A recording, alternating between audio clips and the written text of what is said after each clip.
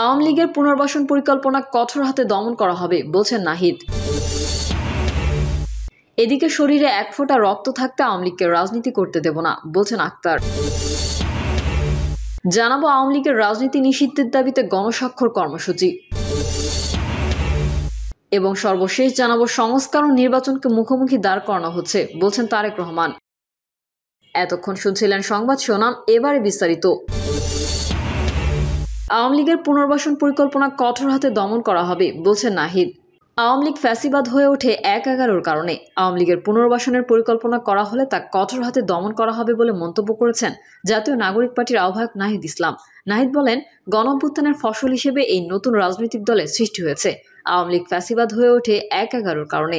বাংলাদেশে নতুন করে আর কখনো ১/১১ হতে দেওয়া হবে না।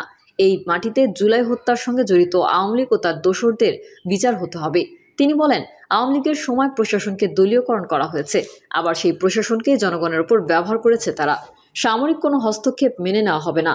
জনগণ রাষ্ট্রের মালিক, তাদেরকে রাষ্ট্রের মালিকানা বুঝিয়ে দেওয়ার বন্দোবস্ত হচ্ছে। রাষ্ট্রের বিভিন্ন জায়গায় এখনও ফ্যাসিবাদের দোসররা বসে আছে, তাদের বিরুদ্ধেও ব্যবস্থা নিতে সরকারকে আহ্বান জানান তিনি।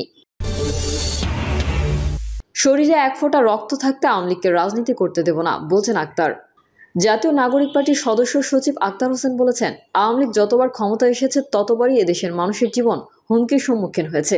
৭১-এর পর তারা গণতন্ত্রকে কবর দিয়ে বাকশাল কায়েম করেছিল। এদেশের মানুষেরা যে গণতন্ত্র চেয়েছিল, ১৪, ১৮ ও ২৪-এর নির্বাচনে সেই গণতন্ত্রের মুখে চুলকানি মেখেছে। আমাদের চোখের সামনে যারা মারা গেছে তাদের রক্তের শপথ, আমাদের শরীরে এক ফোঁটা রক্ত থাকতে আওয়ামী লীগের রাজনীতি করতে দেব না। আক্তার বলেন, কোনো সাধারণ ঘটনা বা নির্বাচনের মাধ্যমে আওয়ামী লীগের বিদায় হয়নি, গণ অভ্যুত্থানের মাধ্যমে তাদের বিদায় হয়েছে। সুতরাং তাদের পুনর্জন্ম হতে পারে, কিন্তু আওয়ামী লীগের পুনর্বাসন হবে না। যেই নৌকা ভেঙে বঙ্গোপসাগরে চলে গেছে সেই নৌকাকে আর ফিরিয়ে আনা যাবে না। তিনি বলেন, অনেকে ভালো আওয়ামী লীগের কথা বলেন, আমরা বলি লোম বাঁচতে গিয়ে যেমন কম্বল উজাড় হয়ে যায়, তেমনি আওয়ামী লীগের ভালো নেতৃত্ব বাছাই করতে গেলে আওয়ামী লীগ উজাড় হয়ে যাবে। আওয়ামী লীগের কোনো ভালো নেতৃত্ব নাই। আক্তার হোসেন বলেন, আওয়ামী লীগ শাপলা, পিলখানা, ২৪-এর গণহত্যা সহ অন্যান্য গণহত্যা চালিয়েছে, তার দায় স্বীকার করেনি। সুতরাং তাদের পক্ষে কেউ দাঁড়ানোর চেষ্টা করলে তাদের বিরুদ্ধে আমরা সর্বাত্মক প্রতিরোধ গড়ে তুলব। তিনি বলেন, অভ্যুত্থানের ৭ মাস হয়েছে, অন্তর্বর্তীকালীন সরকার এখনও আওয়ামী লীগের বিরুদ্ধে কোনো বিচারিক কাজ শুরু করেনি। আমরা বলতে চাই, অবিলম্বে লীগের বিচার শুরু করতে হবে। শুধু আওয়ামী লীগের নেতাকর্মী না, দল হিসেবে আওয়ামী লীগের বিচার করতে হবে। আওয়ামী লীগের নামে কোনো সাংগঠনিক বা রাজনৈতিক কাজ করতে দেওয়া হবে না। লীগের নিবন্ধন অল্প সময়ের মধ্যে বাতিল করতে হবে, না হলে ছাত্র জনতা আবার রাজপথে এসে লড়াই করবে। সব রাজনৈতিক দলের উদ্দেশ্যে তিনি বলেন, অন্তর্বর্তী সরকার যে চার্টার দিয়েছে, আপনারা সেই চার্টারে আওয়ামী লীগকে নিষিদ্ধের কথা উল্লেখ করুন। আওয়ামী লীগের নিষিদ্ধকরণে বিষয়ে আপনাদের অবস্থান স্পষ্ট করুন। নাগরিক পার্টির মুখ্য সংগঠক হাসনাত আবদুল্লাহ বলেন, এখন পর্যন্ত যে বা যারা আওয়ামী লীগের পুনর্বাসন করেছে তাদের এর মূল্য দিতে হয়েছে। যদি 10টা ফেরাউন আর 10টা নমরুদ একত্র হয়, তাও হাসিনার সমান হবে না। পৃথিবীর ইতিহাসে এমন নজির নেই। যারা গণঅভ্যুত্থানে পরাজিত হয়েছে তাদেরকে পুনরায় নির্বাচনে আসার সুযোগ দেওয়া হয়েছে। আওয়ামী লীগকে পুনর্বাসন করা হলে আমরা আপনার জীবন দিয়ে তার খেসারত দিতে হবে। আওয়ামী লীগকে পুনর্বাসন করতে দেওয়া হলে আমার আপনার জীবন দিয়ে তার খেসারত দিতে হবে। হাসনাত আবদুল্লাহ বলেন, যে জিয়াউর রহমান আওয়ামী লীগকে পুনর্বাসন করেছিল তাকে জীবন দিয়ে তা পরিশোধ করতে হয়েছে। জামায়াতে আওয়ামী লীগের পুনর্বাসন করেছে, তাদের নেতাকর্মীদের ফাঁসির মাধ্যমে তা পরিশোধ হয়েছে। এরপর আবার আওয়ামী লীগের পুনর্বাসন হয়েছে, পিলখানা, শাপলা হত্যাকাণ্ড ও দেশের সব প্রতিষ্ঠান ধ্বংসের মাধ্যমে তা পরিশোধ করতে হয়েছে। আবারও যদি আওয়ামী লীগকে পুনর্বাসন করা হয়, আপনার আমার জীবন দিয়ে তার খেসারত দিতে হবে। হাসনাত বলেন, আওয়ামী লীগের বিচারের মধ্যে দিয়ে তাদের নিষিদ্ধ করতে হবে। আওয়ামী লীগ কোনো রাজনৈতিক দল না, তারা ভারতীয় আধিপত্যবাদের অংশ।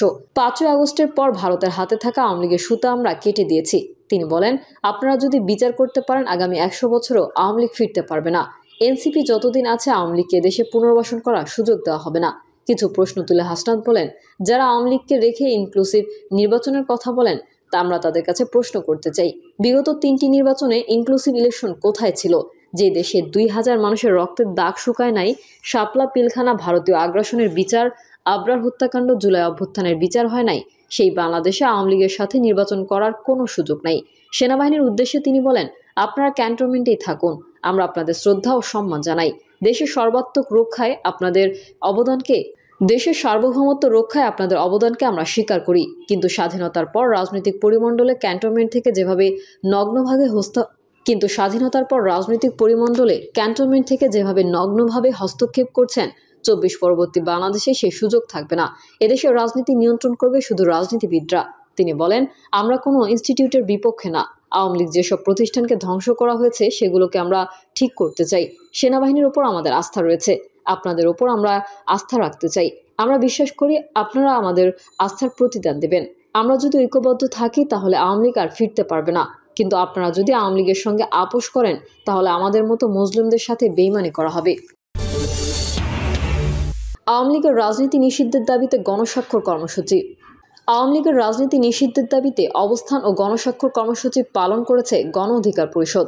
গণ অধিকার পরিষদের সাধারণ সম্পাদক রাশেদ খান বলেন, আওয়ামী লীগ কোনো দল নয়, এটি একটি খুনি মাফিয়া গণহত্যাকারী গোষ্ঠী। শেখ হাসিনার নেতৃত্বে 2000 ছাত্রকে গুলি করে হত্যা করা হয়েছে, আরও 30,000 যোদ্ধা আহত হয়েছেন। অন্তর্বর্তী সরকার আহতদের পুনর্বাসন করতে পারেনি। অনেক উপদেষ্টার নামও আমরা ঠিকমতো জানি না। স্বরাষ্ট্র উপদেষ্টা এতদিন হলো দায়িত্ব পালন করছেন, এখনও বাংলাদেশের আইনশৃঙ্খলা ঠিক করতে পারেনি। যখন ডেভিল হান্ট শুরু হয়েছে, চোরগুলো তখন ভারত, আমেরিকা, ইউরোপে পালিয়ে গেছে। আওয়ামী লীগের যারা করেছে তারা কজন ভালো মানুষ ছিল? ওদের আবার কিসের ক্লিন ইমেজ? যারা সাধারণ ছিল, ছাত্রজনতার বুকে গুলি চালায় নাই, তাদের উপর আমরা জুলুম করব না, ছাড় দিব তাদের, কিন্তু সেটা গণহত্যার বিচারে পড়ে।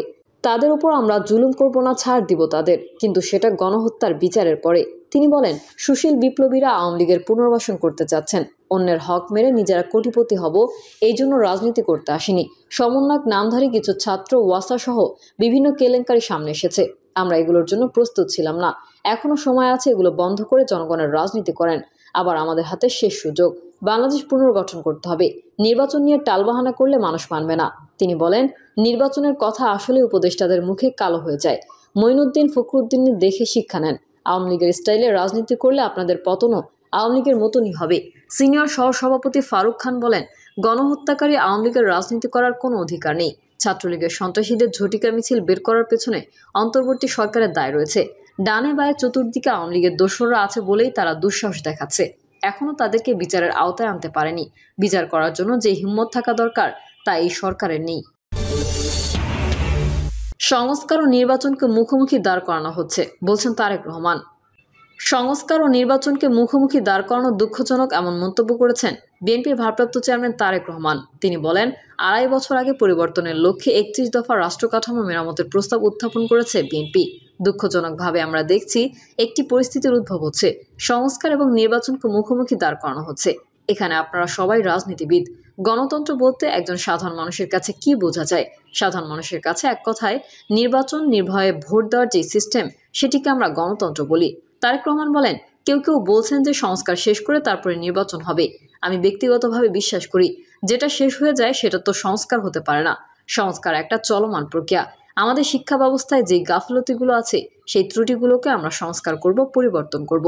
সময়ের সঙ্গে সামনে এগিয়ে নিয়ে শিক্ষা ব্যবস্থাকে আরও উন্নত করব। দেশের মানুষের জন্য যে চিকিৎসা ব্যবস্থা আছে সেটিকে আমরা পরিবর্তন করব, উন্নত করব। পরিবর্তিত পরিস্থিতিতে সেটি এগিয়ে যাওয়ার পর আরও ভালো করার চেষ্টা করব। মতভিন্নতা থাকলেও যে কোনো মূল্যে ঐক্য ধরে রাখার আহ্বান বিএনপির ভারপ্রাপ্ত চেয়ারম্যান, এবং বলেন, আমাদেরকে যে কোনো মূল্যে ঐক্যকে ধরে রাখতে হবে। মত ভিন্নতা থাকবে, আমরা বসবো, আলোচনা করব। প্রিয় দর্শক, এই ছিল এখনকার সর্বশেষ সংবাদ। আপডেটের সংবাদ পেতে চ্যানেলটি সাবস্ক্রাইব করে বেল আইকনটি ক্লিক করুন। কমেন্টে আপনার মতামত জানিয়ে আমাদের সাথেই থাকুন। ধন্যবাদ সবাইকে। আল্লাহ হাফেজ।